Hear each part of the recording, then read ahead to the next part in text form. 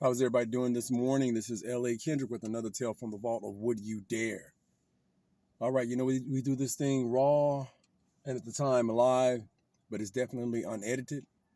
We just grab a topic that we either hear about or that we just feel like, is a topic worthy of talking about. And shout out to Jason Black uh, for bringing this story to my attention. And it's about one of the most haunted lakes in the country. And without further ado, let's get into it. Oh, make sure you like, share, comment, and subscribe. Um, that's how we do it here. This is for the fans. This side of what I do is for the fans to make sure that you guys are engaged and that I show my support and give you stories that are entertaining with fact and fiction in the sci-fi realm, the supernatural, just like the things that I write about. And this gives you guys an opportunity to sink your teeth into things, and then that way when the stories come out, you're still fresh, things are still fresh on your mind, and my stories do what they do. Again, make sure you like, share, comment, and subscribe. And as I stated before, the party don't start till you walk in. And now that you're here, let's begin. This is about Lake Lanier. It's an American horror story filled with terror, death, genocide, and black ghosts.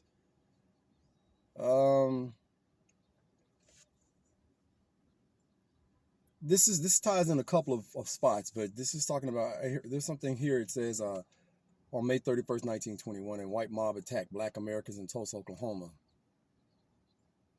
So somebody was giving an interview for the survivors that survived that attack. But this is about Lake Lanier, Georgia's biggest lake. And submerged with it is a secret, an American horror story filled with the things that I mentioned above. If you spend any time in or around Atlanta, you heard the tales of Lake Lanier. These are the eerie accounts of fishermen seeing ghostly kayaks floating on the water, or women with no hands roaming the Jerry D. Jackson Bridge. Every so often, someone loses their life at the lake and leaves behind stories of good swimmers being snatched in the water, unexplained boating accidents, or vehicles crashing into the lake without cause. Many folks who live close by will tell you straight up, don't go to that lake. Don't go to Lake Lanier. And his death toll certainly validates their point. There have been well over 500 deaths since the lake's inception, and more than 200 since 1994. Whether the lake is cursed or not is entirely up to you. But one thing's for certain: its horrifying past adds much needed perspective to understanding its haunting present. In the beginning, Lake Lanier is a massive 57.92 square mile reservoir that was established in 1956 with the completion of the Beaufort Dam. To this day, it helps control flooding along the Chattahoochee River, as well as provide water and power to residents near Atlanta. However, get a clearer picture of how and why this behemoth of a lake exists, we need to go back 45 years before its creation. In 1912, in the small African-American town of Oscarville, settled on the Chattahoochee waters, Oscarville was home to roughly 1,100 black folk, most who were freed after fighting in the American Civil War. Many worked as hands in the cotton fields or performed odd jobs for white residents in the surrounding neighborhoods. They managed to make a decent living for themselves, creating a healthy community with churches, schools, and small businesses. Still on the edge from the Atlanta race riots of 1906, many locals feared more violence could erupt at any time. Black American sociologist and author W.E.B. Du Bois penned an emotional essay called A Litany of Atlanta, which was printed in local newspapers and captured the shared pain, fear, and terror black people felt in the South during that time. Forgive us, good Lord, we know not what we say. Bewildered we are, and passion tossed. This is his quote. Mad with the madness of a mob and mocked and murdered people, straining at the arms post of thy throne. We raise our shackled hands and charge thee, God, by the bones of our stolen fathers, by the tears of our dead mothers, and the very blood of thy crucified Christ. What meaneth this? Tell us the plan, give us the sign.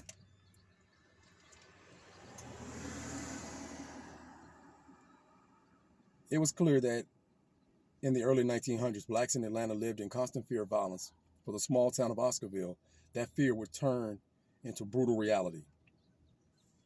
Forsyth racial conflict. On September 5th, 1912, a 22-year-old white woman named Ellen Grice claimed that two black men tried to rape her, but were unsuccessful. Remember, this is an article, so fair use, okay? And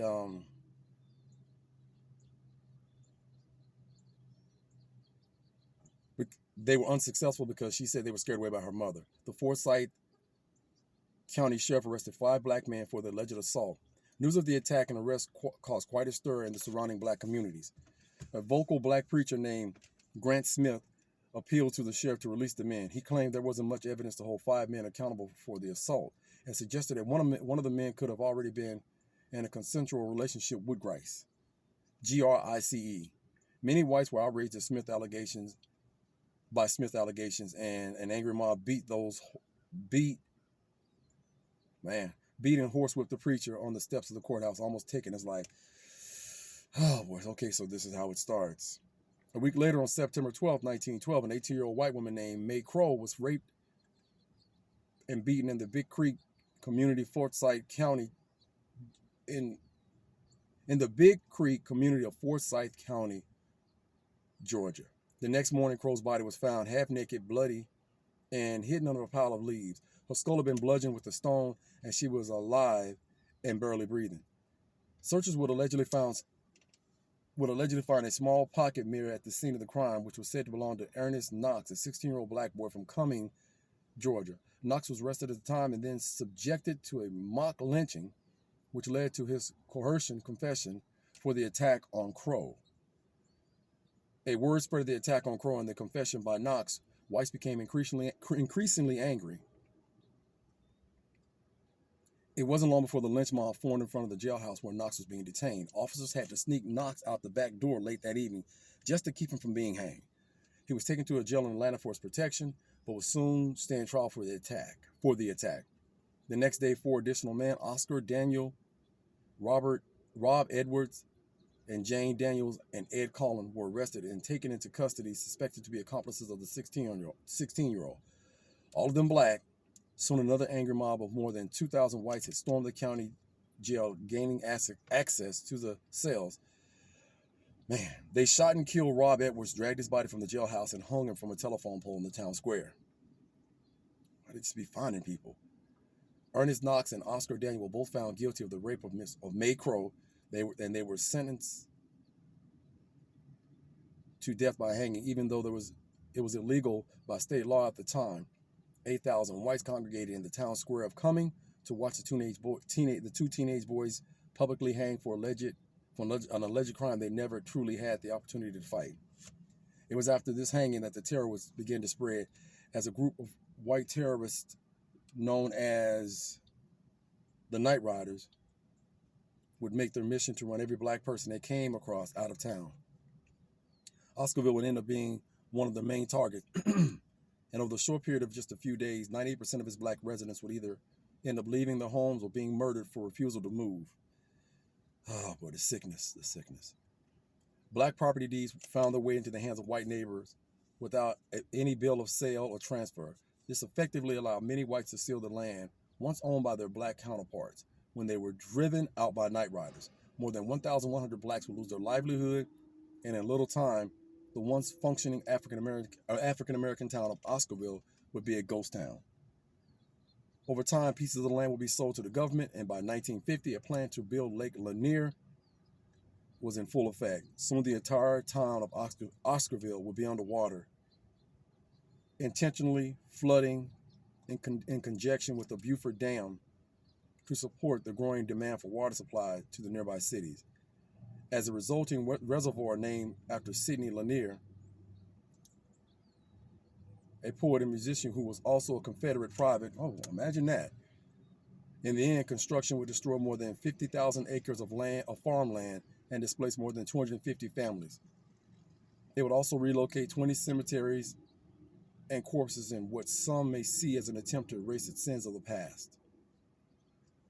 Is it haunted? Maybe it's haunted by the culpability of genocide, terror, and hatred for blacks that cannot be ignored. It is interesting to note that Forsyth newspaper was created in 1908, but its records before 1917 are completely missing. Why? It's our duty as Americans to be honest with ourselves about the past. Atlanta and its surrounding areas have a deep-rooted history of inflicting terror onto the black community. Unfortunately, this story, like so many, has been relatively hidden, stolen away, and drowned beneath a lake filled with pain and suffering. We may not have all the facts, but we do have the folklore. Stories like these are passed down through generations as the mean to keep us safe. Some cultures rules that black folk might understand, but they sure do follow, like don't go into that lake. Therapist and psychology grad student Sheena McGlaw grew up in Decatur, Georgia in the 80s. She recalls many stories about Lake Lanier growing up, about the black city under the lake.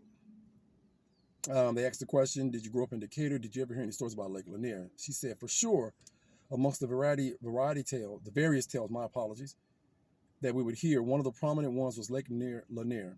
From a younger age, I recall there would be jokes and hints that this lake was a dangerous place to visit, and you might visit, but don't go into the water. As I got older, a little bit more detail behind the story came out, and it became a lot more of a folktale. They would speak about the town underneath the water, how it was haunted, and the black folks buried underneath the water would snatch you under. We would hear stories of graves and bodies that were never removed when they built a man-made body of water with the black spirits. Do you believe that the Lake Lanier is haunted? She says, absolutely. Have you ever been to Lake Lanier yourself? She says, oh yes, many times. Growing up, we would do boat trips every so often, but as I got older and learned more about the lake, I couldn't bring myself back to that place. I haven't been in 15 years. Like Sheena, many folks in the South are starting to learn about the truth about Lake Lanier, no longer folklore, but not quite fact. History begins to bleed into the present as we get closer and closer to the truths of the past. Sadly, stories like these from the 1900s are hidden all over the South, and in Chicago as well, and California. Black communities were destroyed before having a real chance to thrive. Communities like Oscarville are just the tip of the iceberg in understanding the terror Southern black folks faced in the periods of the American Civil War.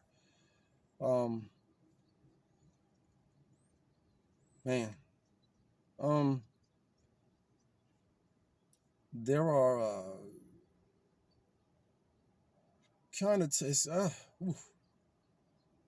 it's kind of tough checking some of this out. They were speaking about the lady in the lake. They say over the years, divers have reported creepy sightings beneath the murky waters. Some tell stories of freaky catfish as big as Volkswagen.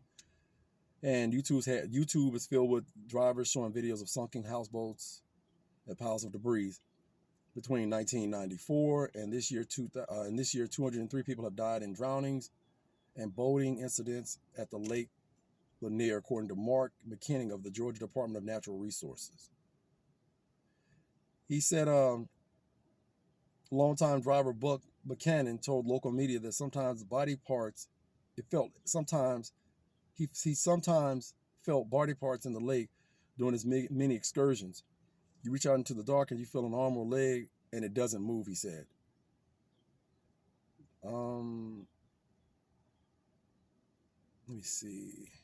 There was something about the lady in the lake. It said one of Lake Lanier's most popular urban legends involves a car wreck. According to the story, a Ford sedan carrying two women careened off a bridge in April 1958 and tumbled into the lake. Some say the ghost of one of the women, dubbed the Lady of the Lake, wanders the bridge at night in a blue dress, lost and restless, moaning. That's one. And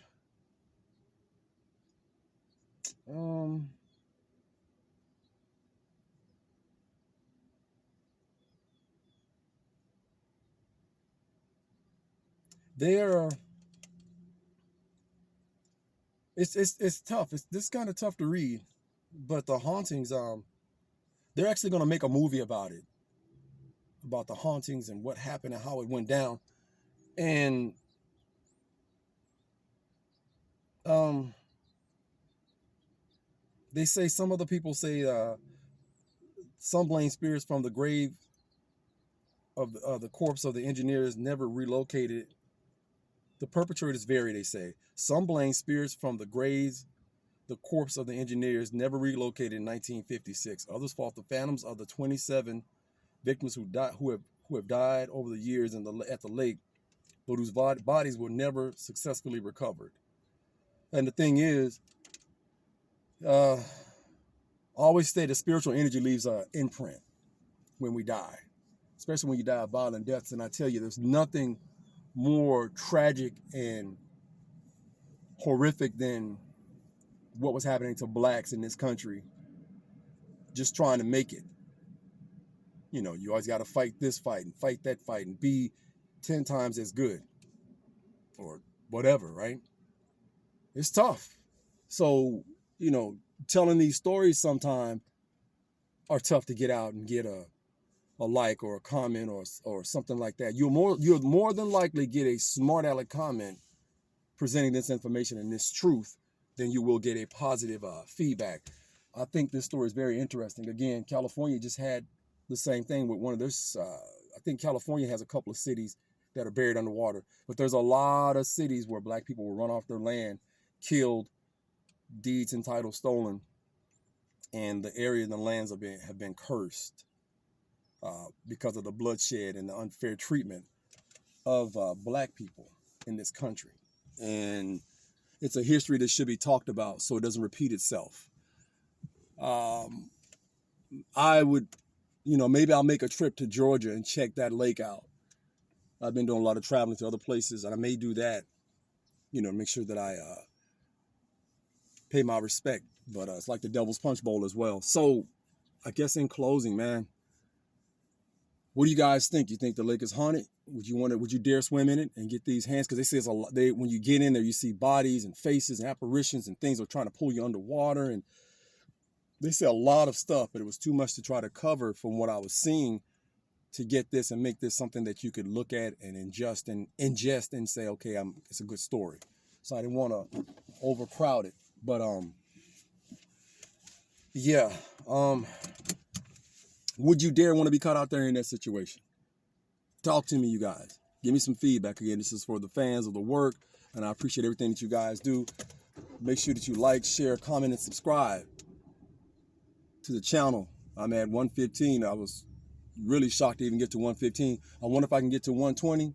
I don't make any money off of this. Again, it's just something to make sure that you guys have something to look at and understand that I really appreciate you guys being there and supporting the work. And with that being said, this has been L.A.Kendrick with the tale from the vault of Would You Dare. Make sure you check the dark recesses of your home. Check your closets, right? If you work late at night or went to the wee hours, where there's limited light and visibility, make sure you check inside of your car, check under your car, because you never know what's lurking in the dark, waiting to make you a story. And until next time, you guys feel free to fill in the rest.